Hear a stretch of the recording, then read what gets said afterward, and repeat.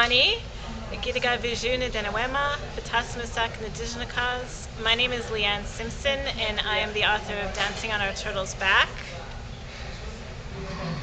And you are watching blackcoffeepoet.com. I'm going to be reading a little bit from the introduction. Chapter 1, Nishnaabeg Resurgence, Stories from Within. On June 21st, 2009, a community procession of Nishnaabeg Nishnaabeg dancers, artists, singers, drummers, dancers, community leaders, elders, family, and children walked down the main street of Nagojwanong, with our traditional and contemporary performers gently dancing on the back of our kinok. We wove our way through city streets where we had all directly or indirectly experienced the violence of colonialism, dispossession, and desperation at one time or another. Our drummers provided the heartbeat, our singers provided the prayers. Settler Canadians poked their heads out of office buildings and stared at us from the sidelines. Indians, what did they want now? What did they want this time? But that day, we didn't have any want. We weren't seeking recognition or asking for rights. We were not trying to fit into Canada. We were celebrating our nation on our lands in a spirit of joy, exuberance, and individual expression. Our allies lined the streets offering smiles and encouraging shouts of approval. Flanked by huge, colorful puppets and a flock of sparkling Benesiuk made by local children, the procession was both strikingly disarming and deeply political at the same time. This was not a protest. This was not a demonstration. This was a quiet, collective act of resurgence. It was a mobilization, and it was political because it was a reminder. It was a reminder that although we are collectively unseen in the city of Peterborough, when we come together with one mind and one heart, we can transform our land and our city into a decolonized place and a place of resurgence, even if it's only for a brief amount of time. It was a reminder of everything good about our traditions, our culture, our songs, dances, and performances. It was a celebration of our resistance, a celebration that after everything, we are still here. It was an insertion of a Nishnaabeg presence. As I walked down the main street of the place where I live with my family, I felt a mixture of strong emotion.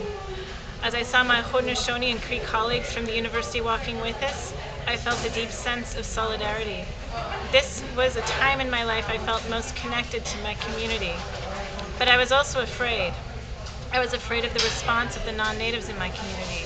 I was afraid they would throw things at us, that there would be confrontations, that there would be violence. I was afraid that my kids, having only known joy and beautiful things from their culture, would suddenly have their bubble burst, and they would see the violent assaults my generation of Indigenous assumes as normal. The idea of a celebratory community procession is an incredible act to my 80-something grandmother. Growing up on the reserve and then living in Peterborough, the idea of Indians marching down the main street in a celebratory fashion seems fantastical to her at best.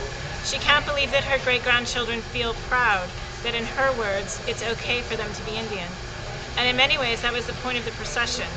The Nishnaabeg have been collectively dispossessed of our national territory. We are an occupied nation. Individually, we have been physically beaten, arrested, apprehended, interned in jails, sanitariums, residential or day schools, and foster care. We have endured racist remarks when shopping or seeking health care and education within the city. We have stories of being driven to the outskirts of our city by police and bar owners and dropped off to walk back to our reserves. But that day, we turned inward to celebrate our presence and to build a resurgence as a community. For me, it was a beautiful day. I've never walked in solidarity with all of our Nishnaabeg families before, regardless of our individual political orientation. I've never had the opportunity to celebrate our survival, our continuance, and our resurgence, all the best parts of us. For an hour that day, we collectively transformed the streets of Peterborough back to Nagojwanong and forward into Nagojwanong. For an hour that day, we created a space and a place where the impacts of colonialism were lessened, where we could feel what it feels like to be part of a united, healthy community, where our children could glimpse our beautiful visions for their future. The procession made its way down to the shores of Zagagians, where we held a powwow and an artistic festival. The cycle of our grand entry into the streets of Peterborough was repeated as our elders and dancers danced their way around the cedar arbor, and we started over once again. Together, we transformed National Aboriginal Day into something about resurgence for our community, instead of a shallow multicultural education day for Canadians to feel less guilty about their continued occupation of our land. For me, our procession was a political act. We built a day where we put the health of our nation first. We strengthened our culture. We strengthened our relationship with each other and with Ngojwanong. A Nishnaabeg elder, Edna Manitowabi, says that one of the reasons our cultures and way of life are so important is that our culture brings our hearts great joy. Our culture is beautiful and loving. It nurtures our hearts and our minds in a way that enables us not just to cope, but to live. We always feel good after being out in the bush or at a ceremony. I thought of this that day as I walked. I thought of the word Iyaoyan, which means who I am, the way I am living or becoming, my identity. In order to have a positive identity, we have to be living in a way that illuminates that identity and that propels us towards Minobamadzuin, the good life.